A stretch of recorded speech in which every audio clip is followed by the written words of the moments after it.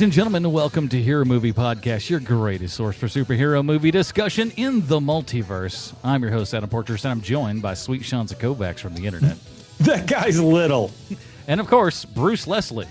I'm a prickly pear, and Jackie Earl Haley. Ain't nothing wrong with that. You got that right, boy, oh boy. And we are back this week, and we hope that you've been watching the skies because it's a full moon out there, and when it's a full moon, we got to take a look at a full moon release. All right, okay. That was almost there. I kind of made that up, but we'll still, of course, relate that back to comic books and, of course, one-to-one with Mr. Sylvester Stallone. But before we do get to that, we do want to say a big thank you to the people that support this show, make everything happen over at patreon.com/HMP. These great supporters of non-corporate creators get the pre-show, post-show, and, of course, Dinger Zone and voting as we watch each one of those every single month. We got another addition to the HMP family here. Robin Wilson has come in at £4, which I'm sure all of us Americans will remember. It's about $47 US at last market close. Sean, let's get Robin an official HMP nickname. So, Robin Wilson, I don't know how old you are, but here's the thing: is that I did a quick search of the name Robin Wilson on the internet, and it turns out that he is the front man for the 90s alterna rock band that's the same name as the headliner or the guy, the lead singer of the Gin Blossoms. Oh. And I'm not a huge fan of the name Gin Blossoms, especially for a nickname. That's a terrible name for a nickname. It's even a bad name for a band, if we're quite frank. It really is. It really is. And so I dug a little deeper, and I wanted to find out how much Robin Wilson, the lead singer of the Gin Blossoms, is worth, because that might be a cool nickname, and it is. So, Robin Wilson, your HMP nickname is now 3.5 mil. Oh, that's a nice one. Isn't it? I would have just called him the fifth Gin Blossom. I don't even know how many Gin Blossoms there are. But tons of them, I would imagine. So, all right, 3.5 mil. I like that. That's a good rap name, too. Mm-hmm. So if you would like to vote on what we watch, get the pre-show, post-show, Dinger Zone, and, of course, yourself a nickname, head on over to patreon.com/HMP and join today at the rate of however big or small. Make it something that means something to you. And, of course, if you're on a Podcast 2.0 device, boost away. Thanks for being on that cusp of the newness there. Let's get into it, boys. Here's the trailer for Dollman. On the planet Arcturus, he's the toughest cop around. That's a Kruger blaster! Most powerful hacker in the universe! That's right, fat boy. What do you want, asshole? Nothing. You're just gonna walk away?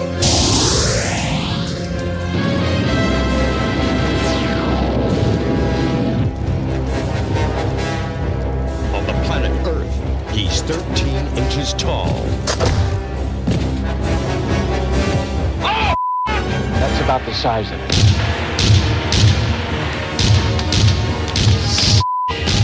Can we keep it? Homies together. I'm going to war. With who? The fucking Dollman. Who else?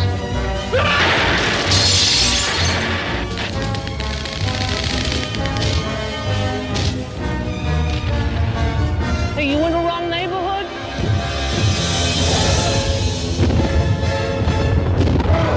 Urban renewal. Dollman. 13 inches with an attitude. And then it abruptly ends. That's the trailer for Dollman from 1991. Here's the IMDb plotline. As we know, IMDb always 100% correct in everything they say and or do.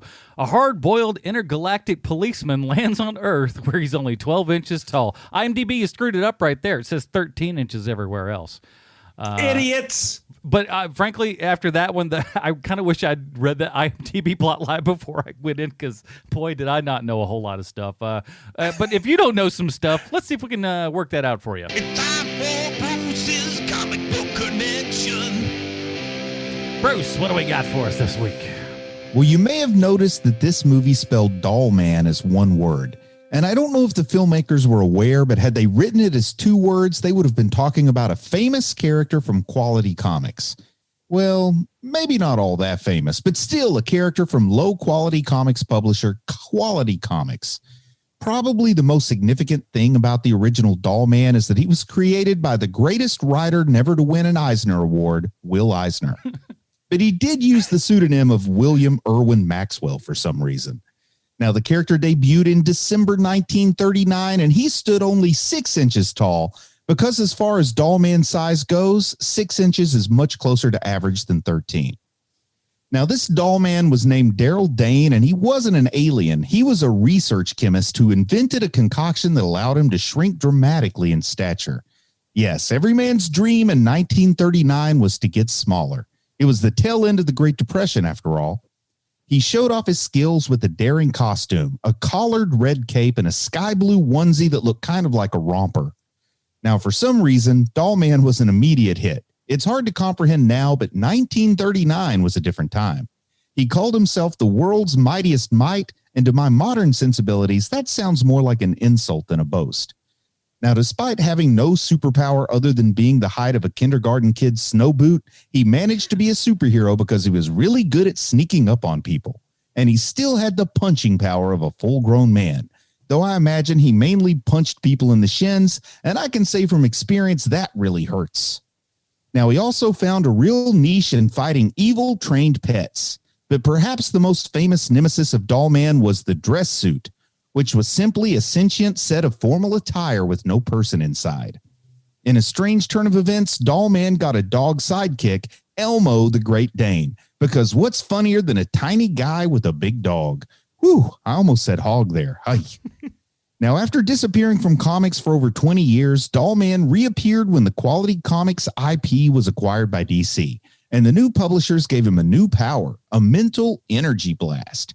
But alas, post-Depression era comic fans were not interested in a 6-inch hero that fought against clothing, so he's kind of drifted off into obscurity along with Elmo the Great Dane.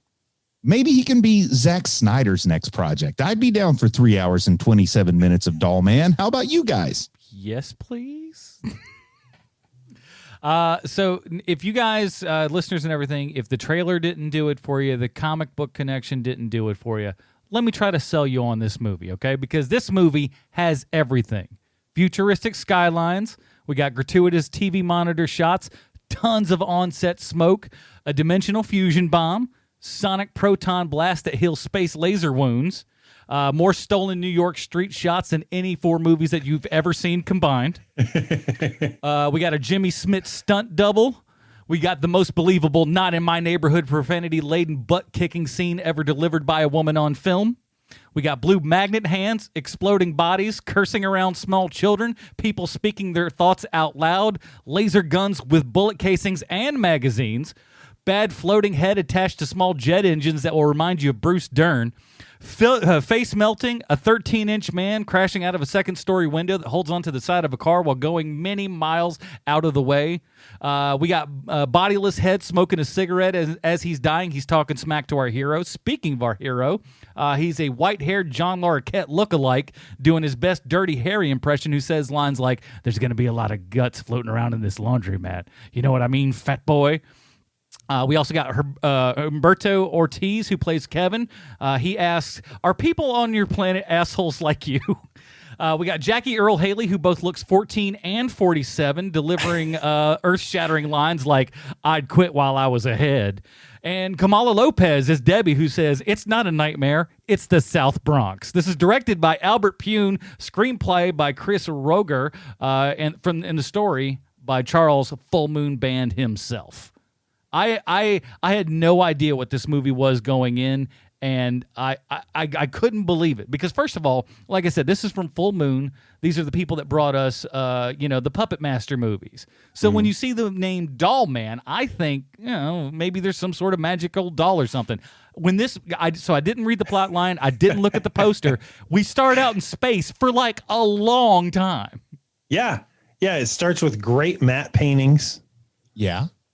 Which I miss. I miss seeing them in movies. So to see this, I was like, oh, right. They used to have matte paintings everywhere in your dumb sci-fi movies. And so this was great. The opening shot there, the mixture of miniatures and matte paintings, and it was just so cool. And when we watched the Toxic Avenger, was that last week? 2 weeks ago? Anyway, 2 weeks ago. When we watched the Toxic Avenger, like I was expecting a B movie of this production quality, not what Trauma quality is. So like this is interesting to watch these two close together because both you're like, oh man, that's a low budget kind of B movie, but this is like still cinematography is a little bit better in my opinion. I mean, this is the production quality level I was expecting from Toxic Avenger that it didn't quite have. Well, the difference is 10 years. I mean, the quality of equipment in those 10 years goes up exponentially, and it keeps going up after and that. The cost of like special effects and everything is consistently getting cheaper, and even to this day. I don't know how much this plays into it, but Full Moon, despite being a low budget production company, they do use the guilds and the unions, whereas Troma doesn't. So I think that might play into it a little bit on quality. I love there's something about this movie. It's the reason why I wanted us to watch it, is that it kind of sneaks up on you because you're like, oh man, this movie is bad. And it just kind of grows on you as you're watching it. I can remember watching this movie as a teenager and being like, this movie's great. Yes. Like halfway through it, I was like, oh, I was watching this to like bag on this movie. I actually just like this movie. Yes, this is the kind of bad movie I like because they're really trying hard, at least in some ways. Well, one thing is that they have actual actors, like your two mains, Jackie Earle Haley and Tim Thomerson. They're both legitimate, honest to God actors. Now, whether or not you think Tim Thomerson's being broad or not is a different story altogether. If you think he's being broad, but he actually is a good actor. It's just he decided to do what he's doing in Dollman, which I find funny. What I mean, first off, Jackie Earle Haley, he respects you. If you're going to pay him to act, he's going to do the best he can, no matter what. I mean, like he's laying on the floor in pain, and that could have been in a Vietnam scene in an Oliver Stone movie. It is weird though. His performance is weird because he's still a little bit Kelly Leak. He's bringing a little bit of Kelly Leak to that performance. Yeah, he still hasn't kind of transitioned to what he is now, but you can see it's there. You can see that he is respecting the fact that he's getting a chance to work as an adult. Oh yeah, like he is not coming to this of like, oh, this is some stupid little full moon picture, whatever. He is giving 110%, and it shows. Everybody does, like even people that are not super fantastic actors are still pretty darn good. Yeah. Yes, they're all trying their legitimate best. Nobody's like realizing that this is stupid, even though they absolutely have to know it's stupid. And the thing that makes me love this movie the most is like there is zero reason why you need Dollman to be Dollman. Like it could just be an alien. Like there's not anything added to this story at all, really. But the fact that he's little, like he could have been just a full size cop from another. He could have just been a New York cop, and you pretty much have the same movie, And I love that they like added that weird layer for no good reason. Well, it's because they had again, this goes back to what you said previously, is that this is a time where effects are becoming cheaper and cheaper and cheaper. And so it's much easier to do them. And if you can add some sort of production value to your program that doesn't already have it, which is not you don't have a big giant star in this movie. So you need something to kind of bring them in and like weird little special effects and stuff like that, especially during this, between late 80s and early 90s video. I watched this movie twice, separated by 2 weeks. There are 2 composite shots in the whole thing where he looks little in front of a full-size person. Mostly he's like in isolation, so there's not even an effect there. And that's why I'm like, this is so funny because I expected lots of ludicrous composite shots of him running around. It obviously, the kind of thing that I would do with an Ultra Key. And they don't do hardly any of that. There's like 2 and that's it. And then they've got the little prop space jet thing and that's it. The other thing about this movie that is like its secret weapon is that they know what they're doing. Like this movie looks like a movie. It doesn't look like like a bunch of idiots got together and were like, hey, let's make a movie where a spaceman is 13 inches tall. Yeah, it looks like they had a call sheet for this movie. Yes, you know, and that is part of its secret weapon of this, is that it makes you think that you're going to be watching something very, very dumb, and it is dumb, but it's the best kind of dumb. And Bruce, I think I figured something out about your tastes. Yeah. Your taste palette, and maybe I'm wrong, and correct me if I am, but it seems like earnestness towards the project is a plus for you, whereas if they know they're making something dopey and they perform that way, you give it a -1. Yeah, I think there's absolutely 100%. I agree with what you're saying there. Like I know that I've made some really bad stuff in my life, but I worked really, really hard on it. And then a few times I'm like, oh, this is going to be bad, and I'm just going to laugh at how bad it is. There's no joy in that. When the opening scene, because I could not remember anything about this movie other than when I was a stupid teenager, I liked it. And so when I suggested it, I was like, man, I hope that we watch this movie, and it just it either needs to be the dumbest movie ever or a hidden gem. And so right out of the gate, I knew I had the right pick when, you see the great matte paintings. There's a guy who's threatening to kill all of the big ladies there in the laundromat. And then Tim Thomerson comes in.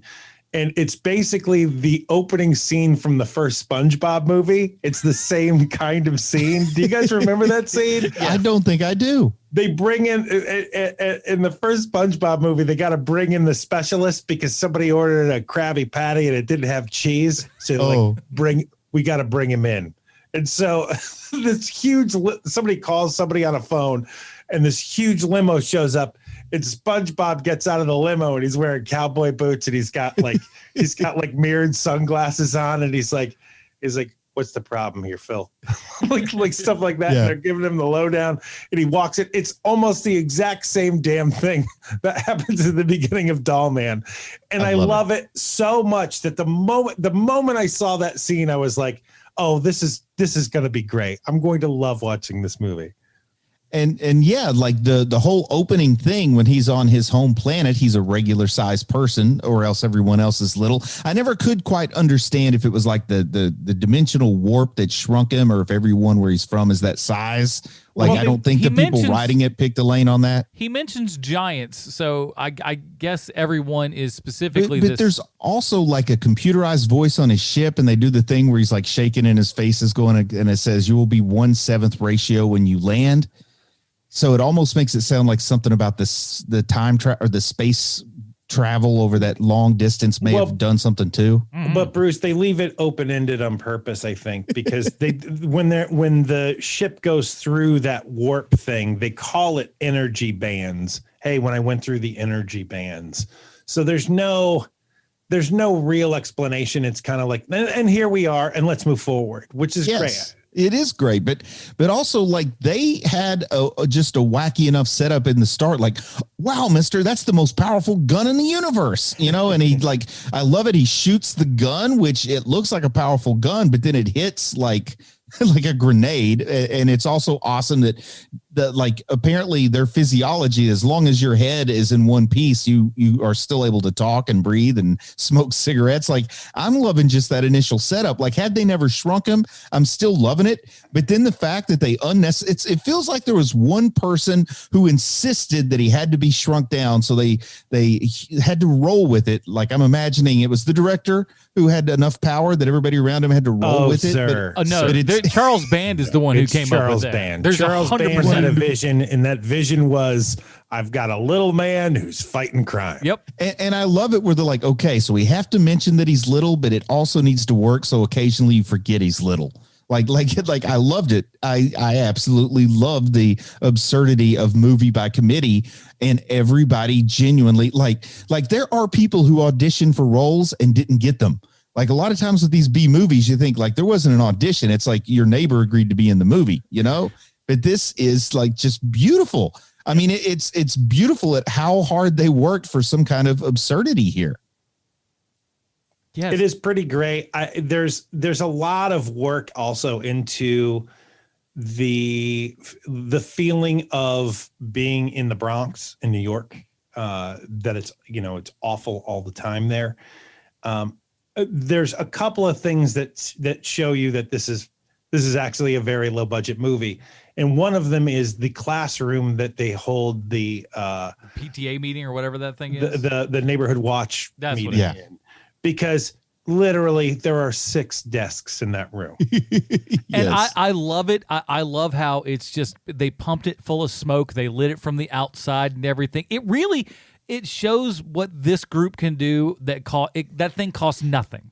Yeah, that cost him nothing to do, and it looks fine. It's only when you start parsing it out and going over it with a comb that you're like, oh, hold on now. But for what it is and what its purpose is in the movie, perfectly fine, perfectly acceptable.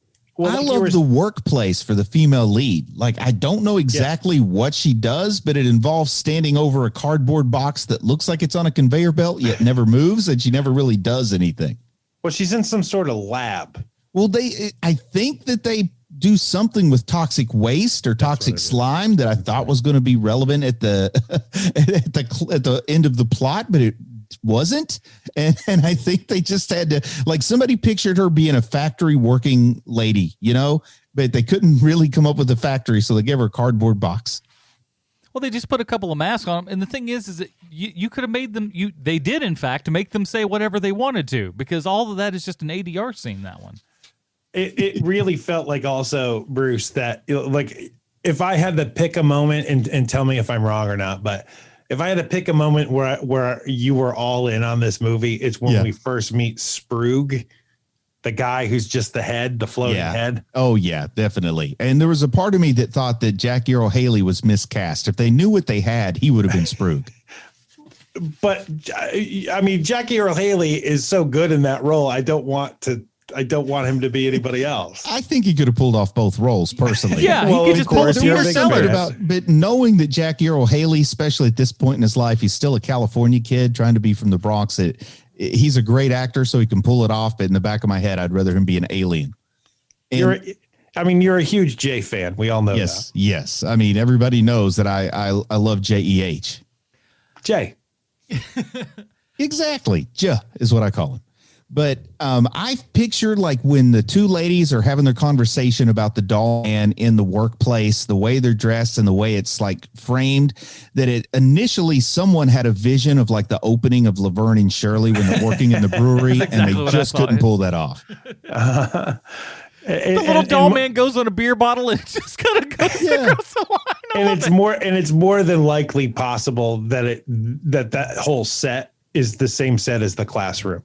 Yeah, absolutely. We'll just turn on the lights and throw everything out of focus. focus. Actually the interior of a U-Haul they rented for 2 days. Do we know if Baron Munchausen came out before or after this movie? And the reason why I ask is because Robin Williams in Baron Munchausen and then Sprug in this movie are awfully similar. Munchausen's 88. Well, there you go then. Yep. So there you go. Thanks, Charles. Hey, listen, you steal from the best. That's how you always do it in the Charles Band world, baby. Yeah. I mean, come on. You got to go with what works. A little Laverne and Shirley, a little Baron Munchausen. Those two with an alien that's 13 inches tall, can't miss. I got to say that when they first bring up the magnet in his hand that can retrieve the gun, the super gun, I was certain we were never going to see that again. I swear to you. I was like, what? I was like, oh, that's really awesome and stupid at the same time, and we will never see that again. I'm right with you. Like, I felt like, okay, they've written themselves in a corner. They want to make him look cool. And then, in fact, when it happened a second time, I had already discarded that as necessary information.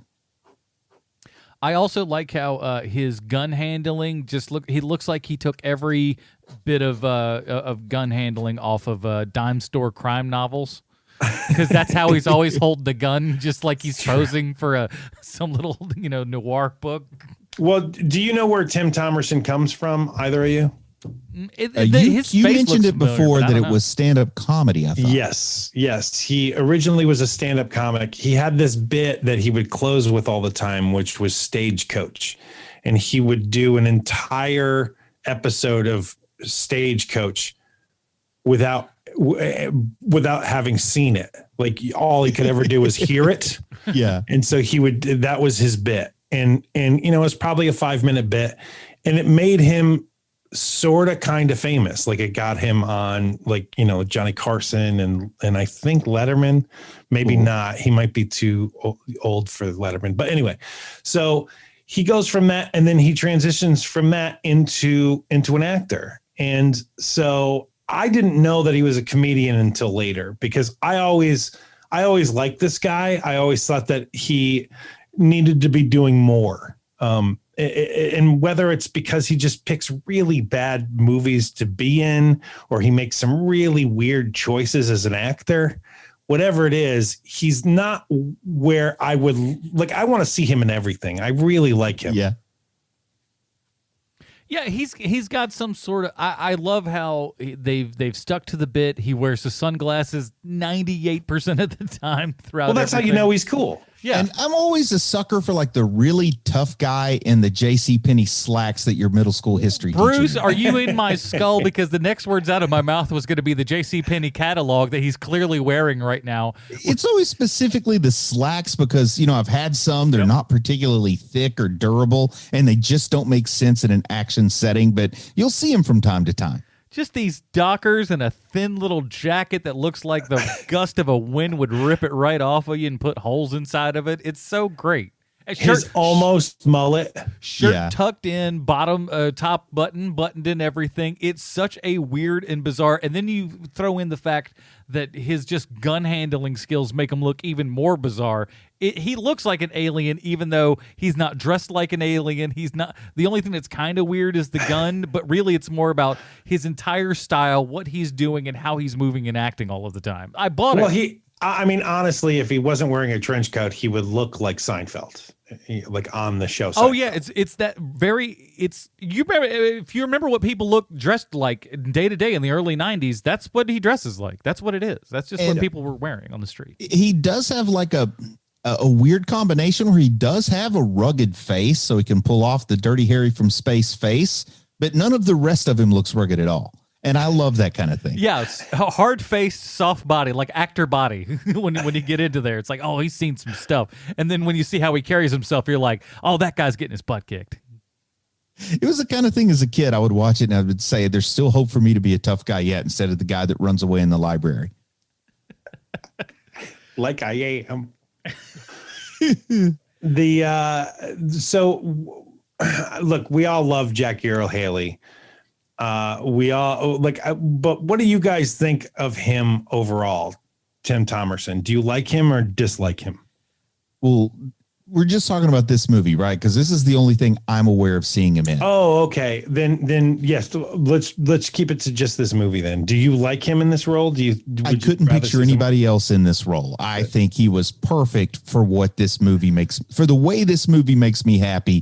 He's that perfect balance of competent, trying hard, but not excellent. Like he is perfect for this role in this movie, and I'm loving it. And I just get, because I did know from what you'd said that he had a little bit of a history in stand-up comedy, and even like this low-level acting is a nice, like it's a nice success for him, but he also knows what he is. Like he seems more aware of the movie he's in than Jackie Earle Haley, for example. Well, and what about you, Adam? Do you like him or not? Yeah, I like him well enough. It takes a minute to kind of get over the fact that, like, seriously, in the first 10 minutes you're meeting him, he is just doing Clint Eastwood constantly. So fuck that they're ripping off movies and stuff like that, which is fun. It's fun to me. I love that kind of stuff where they just go like, "We know what we're doing. Shut up." And I think it's great. And you just let them go with it. But yeah, ultimately you kind of like him. And again, I think it's because he is giving it all. He's working at it. No one is looking at the camera and winking and going like, "Aren't we making this little funny movie about all the funny stuff?" It's like, no, it's as serious as a stupid little movie like this can be. But that's what, like you said, that's what gets that genuine article in there to where you feel like, oh, they really tried with this. You know what it feels like to me, his performance, and this is going to seem like sacrilegious to a lot of people, but he's got a very Bruce Campbell quality to him. Yeah, I could see that. Where he's, his performance his performance isn't like winking at the camera, but it is at the same time, you know, like it's understated, the hamminess. And if you didn't know better, you'd think that this was him thinking he's doing a really great job. Yeah, I think it's like early Bruce Campbell quality, because Bruce Campbell became very aware of Sure. you know what I mean? I think it's, I think it's, I think that it's there to a lesser degree because Bruce Campbell's decided to really double down on Bruce Campbell. And I don't know that Tim Thomerson, is that his name? Yes. I don't know that he ever got the chance to double down on it, but I only know him from this. And I think his tone is, like I said, I think it's perfect for this movie to be the product that it is that satisfies me. I think if he was a little better or a little worse, I wouldn't like it as much. Like it really hits that sweet spot. Man, that's great. I love the we got to talk about our villain. We talked a little bit about, but it's essentially a floating head that has had this. I love also they have a backstory. You know, it's him and this and our officer here have a complete backstory where like all of his parts were blown off by him. Yes, and that part is funny. I do enjoy the where he has to correct him. No, that didn't happen there. That happened there. Yeah. He also mentioned that he blew off 3 or more legs. Yeah, yes. I like that. It's the alien nebulousness. Or it's just like, who knows what it is. And there is something about just that horrible kind of makeup. And when you get to those just awful teeth that just makes your skin crawl, it's like, it's so bad. Big bean teeth. This guy too, Frank Collison, he was in every movie in the 90s. You know, he is a relic of the 90s for some reason. He still works, but he was in everything in the 90s. But his big movie, because I was trying to figure out where I knew him from best, is Oh Brother, Where Art Thou? Oh, he's got a good look for that movie. He does. And his character name is just so very Coen Brothers. His name is Wash Hog Wallop. I love that name. I wish I'd come up with that one. Just great. Wash Hog Wallop. But he literally is in like, you know, like just every, like he's in The Lawnmower Man. He's in The Last Boy Scout. He's in Deep Space Nine. You know, like it just goes on and on and on. That's probably where I know him from. I mean, he's in everything. And so to see him in this movie, it feels like a favor might have been done. Yeah, possibly. But then again, I mean, there are people that were in a lot of movies, but they're working for scale, and this movie paid scale, so who knows?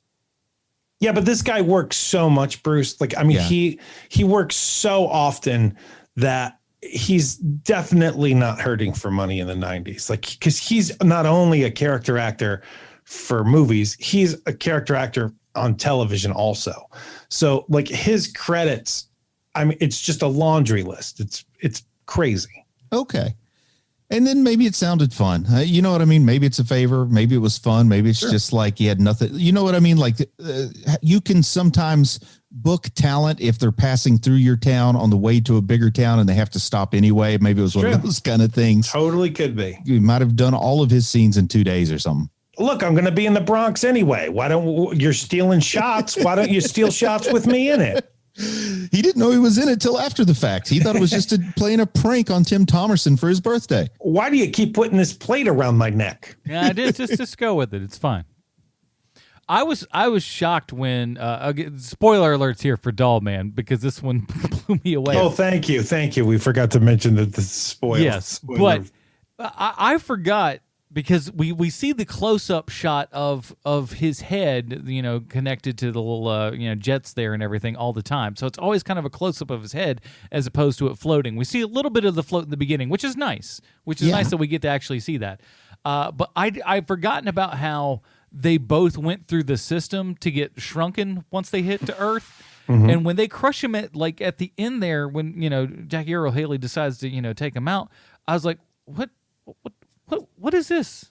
What is this tiny little? Oh, that's right. They crushed a tiny head. He shrunk too. I didn't, for whatever reason, because we'd only seen his big head while they were talking back and forth. I just kind of figured his head was full size, because we never really see a super small size in there.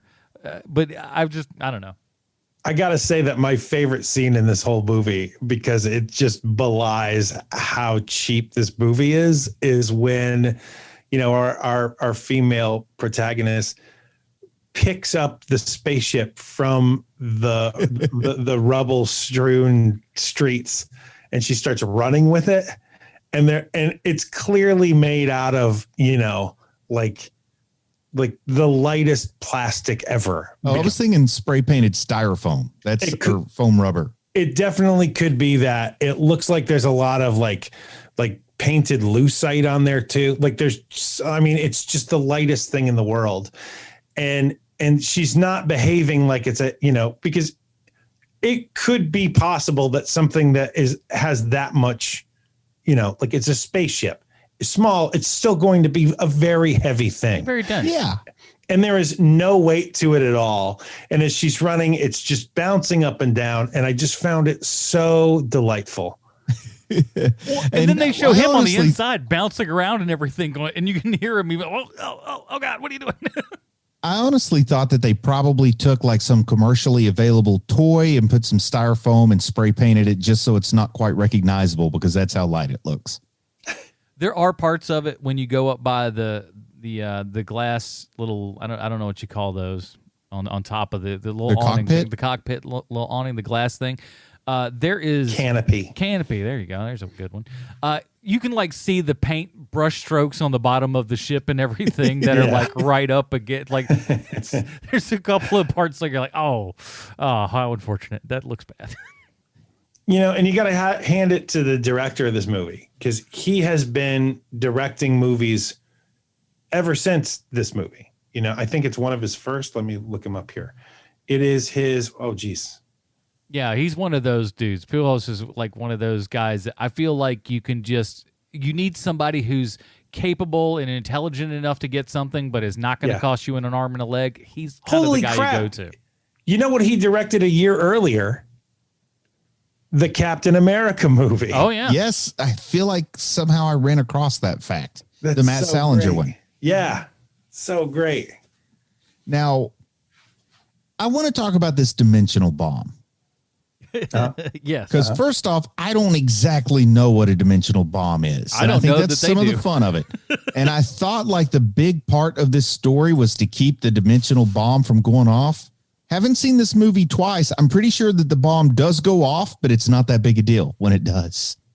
Yes, Bruce, I too have seen this movie twice because I was just like, I watched it 2 nights ago, and then I was like, I got to see this again, because it is just, and it's not long. It's only like 78 minutes or something like that. Yeah, but it's got 20 minutes of commercials on Tubi. Yeah, it's a quick go, but yeah, they definitely set off this entire thing, and it is lackluster at best. For the thing that they talk about, how you're going to be able to rule the world with an iron fist, and whatever's left over, that's going to be the thing that you'll be able to survey. And It mildly damages a tool shed. that's about it. Like, people are out in plain sight of this bomb. We just turn up the lights really big and make a big flashy sound, and you're like, hey, that's a bomb went off, and now everybody's fine. It's okay. Was it just the crumminess of the bomb? Maybe the shrinking process screwed stuff Maybe up? Shrinking it made it less. I think it was like a prototype. Like he really had high hopes, and it fell a little bit flat. I don't know. Because the whole reason that I think he was being chased is because he demanded like some energy source to make his dimensional bomb, and I guess it wasn't quite as good as he'd hoped. Yeah, the first quarter of this movie is just like, you don't really know what's going on, and nor does it particularly matter. It's the intergalactic military version of Geraldo going into Al Capone's vault. Where your lead cop also does laundry for half a second. Like, I don't know. Yes. Like what kind of? He's just like, I need some business while I'm in here. What can I do? Oh, I know. I'll do a load of laundry. Yeah, I also knew it was going to be, great. Like way back in the beginning when he's going in to do that load of laundry with all the hostages, and I thought, well, this could be the movie. Like you don't need to go to Earth. But when one of the police comes up and it is clearly like someone wrote the word police on some white cardboard, laminated it, and stuck it on the guy's helmet. But at the same time, there's really competent lighting and cinematography. I'm like, this is the blend that I'm looking for, where like they're trying their best and somebody forgot that they need to signify this guy's a policeman. So they did the best they could on the time they had. Yeah. Well, I want to remind you guys, there is a sequel to this movie. Oh, there's some of the things I've read. This goes a deeper rabbit hole than I certainly expected. But I think you're right. One of the fun things about this is you have like these really crummy little moments. Then you have some ones that look like they're way polished and everything. And then you've got 78 minutes worth of New York footage that we somehow just weaseled into this movie in the best way possible. But it makes it big. It makes you feel, it does what its job is to do, is to tell you, give you a time and a place, and like, oh, I understand where we are now. They just got a lot of it and learned how to fill up some major gaps in time. And this is one of those movies, man. Like you guys couldn't get why I like the David Hasselhoff, Nick Fury, but the way you're probably feeling about this movie, Sean, it's that same kind of feeling for me. Like this is one when like next time Chris Evans comes to town and he's staying at my house, I want to make him watch this with me. Good. Yeah, Very good. Certainly like that.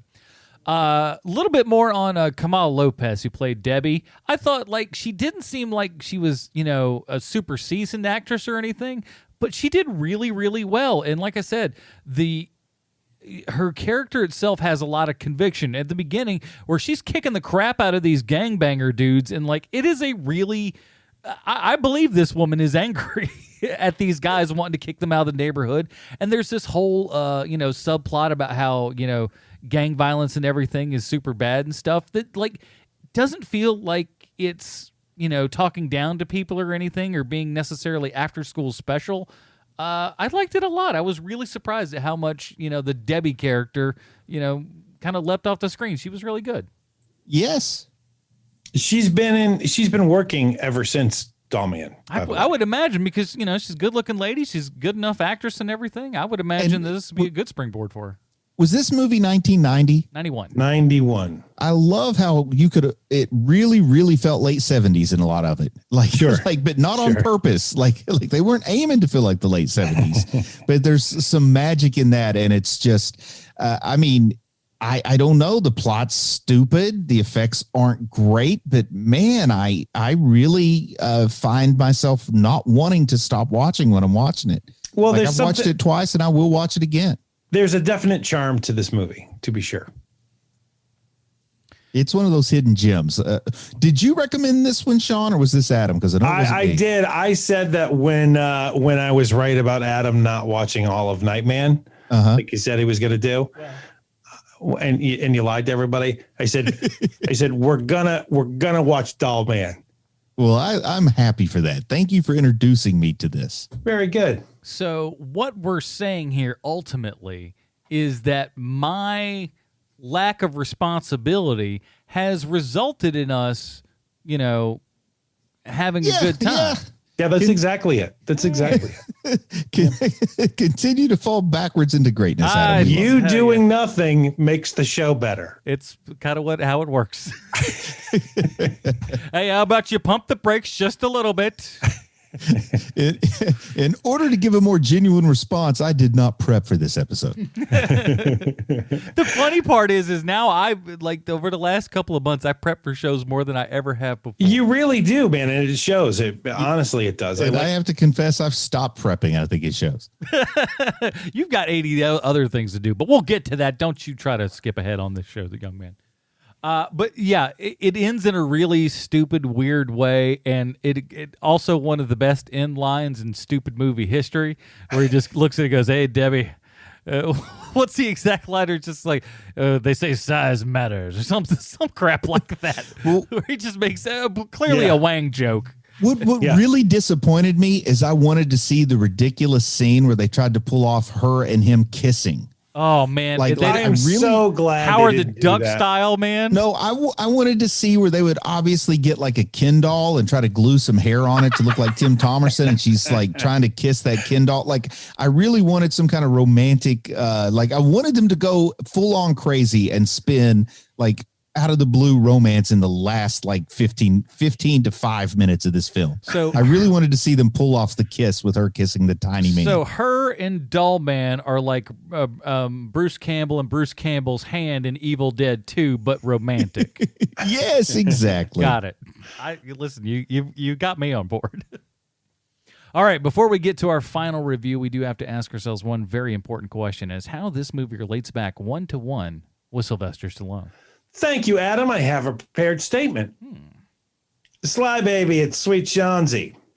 1984 was a great year for movies, wasn't it? It gave us Beverly Hills Cop, Ghostbusters, Indiana Jones and the Temple of Doom, Gremlins, and Footloose. And if I may, Mr. Stallone, everybody cut, everybody cut. But as far as movie years go for you, I would imagine you probably don't look back on 1984 too kindly. First of all, 1984 is the year Karate Kid came out, a movie that liked your idea for Rocky so much, they just made it again, but this time with a child. Or to be more exact, they cast a 35-year-old man to play a teenager.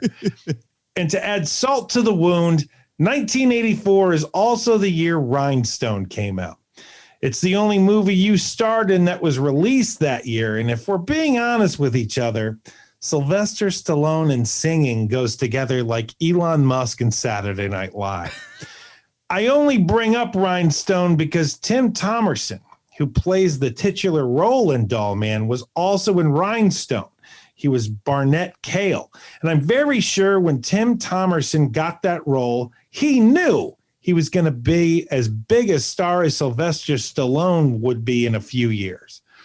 It's kind of a bummer because I've always liked Tim Thomerson and I want to see him in higher profile roles. Can't you see him in every movie that requires a general? Because I can.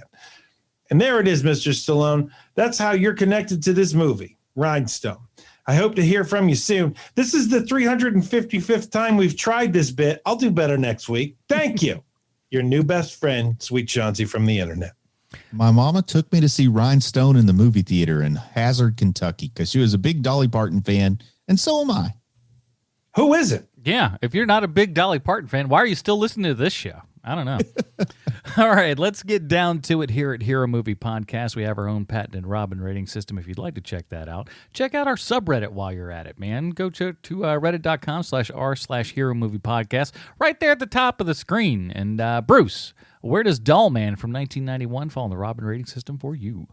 Now, for some reason that I don't quite understand, at times I've been accused of sort of being a shill for properties with which friends of mine are associated. No.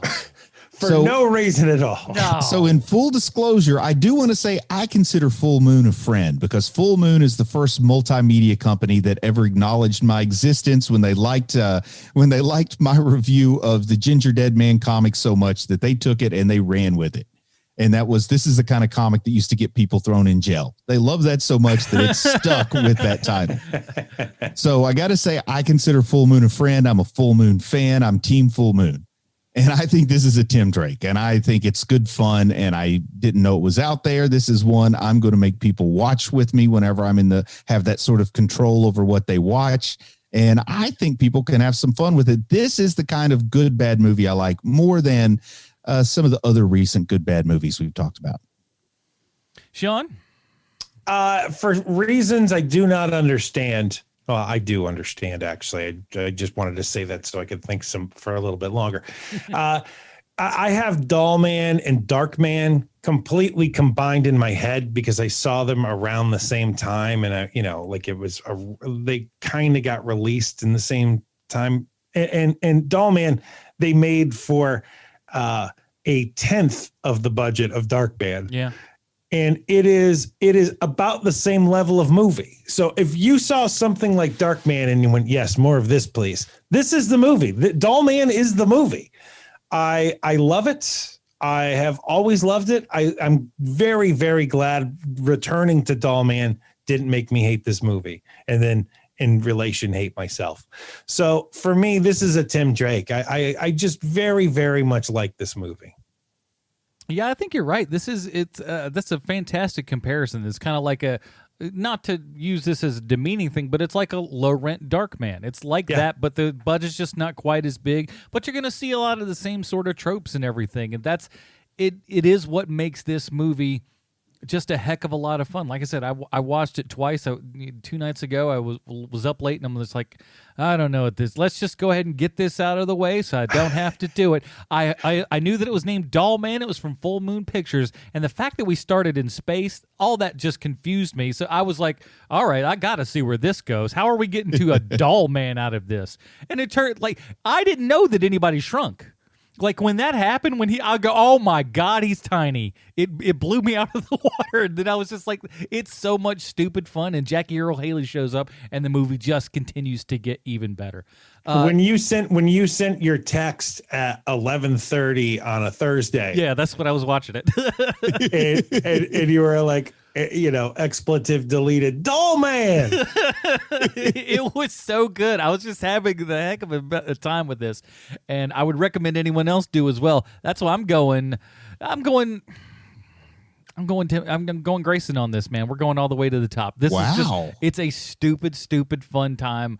And I would recommend it to, like, if you're part of this audience, of our audience, and you've been listening to us for long enough time, you know what type of movie this is from how we've been talking about it. And I suggest, if and you like that sort of stuff, those Doctor Stranges and it's Captain free Americas. on Tubi. It's free on Tubi. You have to sit through a couple commercials here and there, so it'll remind you of the old days when you used to have to watch commercials. Yeah, and eventually you're going to need to run to the can at some point. It's true. So, help yourself out that way. So, yeah, we're all the way at the top with this one, boys. And so you said that there are a couple more of these? No, there is just one more sequel to tangentially related?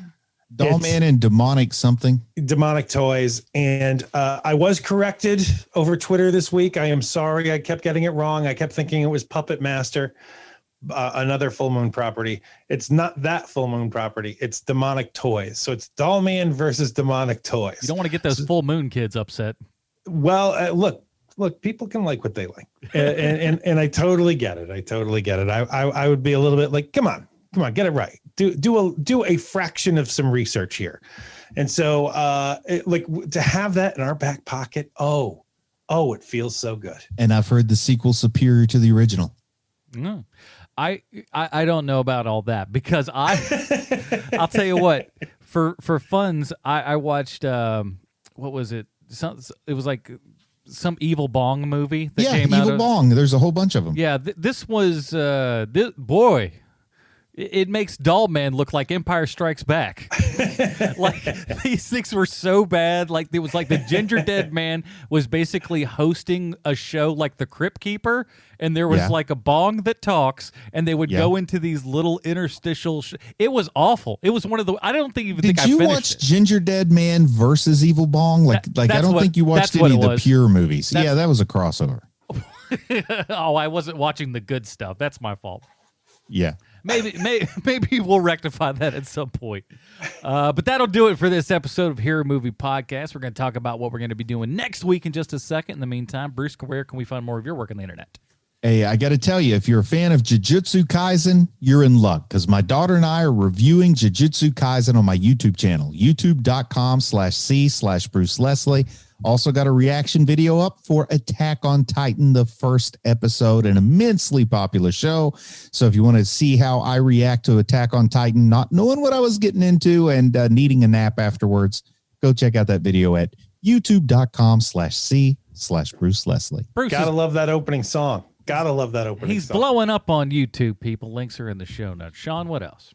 You can find us at 30 Questions. You just put in your podcatcher 30 Questions, and guess what? We are going to pop up. We'll be the first thing to pop up, because we ask 30 questions of nerdy properties. And coming up here in a few weeks, we're going to be doing that same routine with Loki, but we have done it to everything from the Watchmen TV show to Clone Wars the last season, to Falcon and Winter Soldier. I mean, it's some little show called Mandalorian 30 Questions. There is the Mandalorian 30 Questions, which secretly is my favorite one. So good. So do check out all that. The Film Find, if not now, within maybe a day or so, I'll have a new one where I review Spiral, the new Saw movie that came out. I'm also going to be talking about a movie that's quite different from that called Psycho Gorman, and I'm going to try to get Fried Berry. Oh, Psycho Gorman's so good. Yeah, it is. It's just a gem. If you haven't seen Psycho Gorman, So we'll talk good. about that. And maybe Fried Berry as well. And I'm going to also talk about a little bit how horror, I think, is one of the most interesting genres of film that's going on right now. So we'll check on all of that stuff over at the Film Find. Next week, we're going to be talking about MODOK on Hulu, the only Marvel animated show to actually make the cut. You know, there was a couple, there's like a Howard the Duck show or something else as well. But this is the only one that made the cut. Will it be amazing? Stay subscribed. We'll find out next week. That will do it for this episode. Join us next week when we're talking MODOK on Hulu. Go back to the internet. Bruce Wesley. I'm Adam Morgan. Stay super, everybody. Bye, Marty and Amy.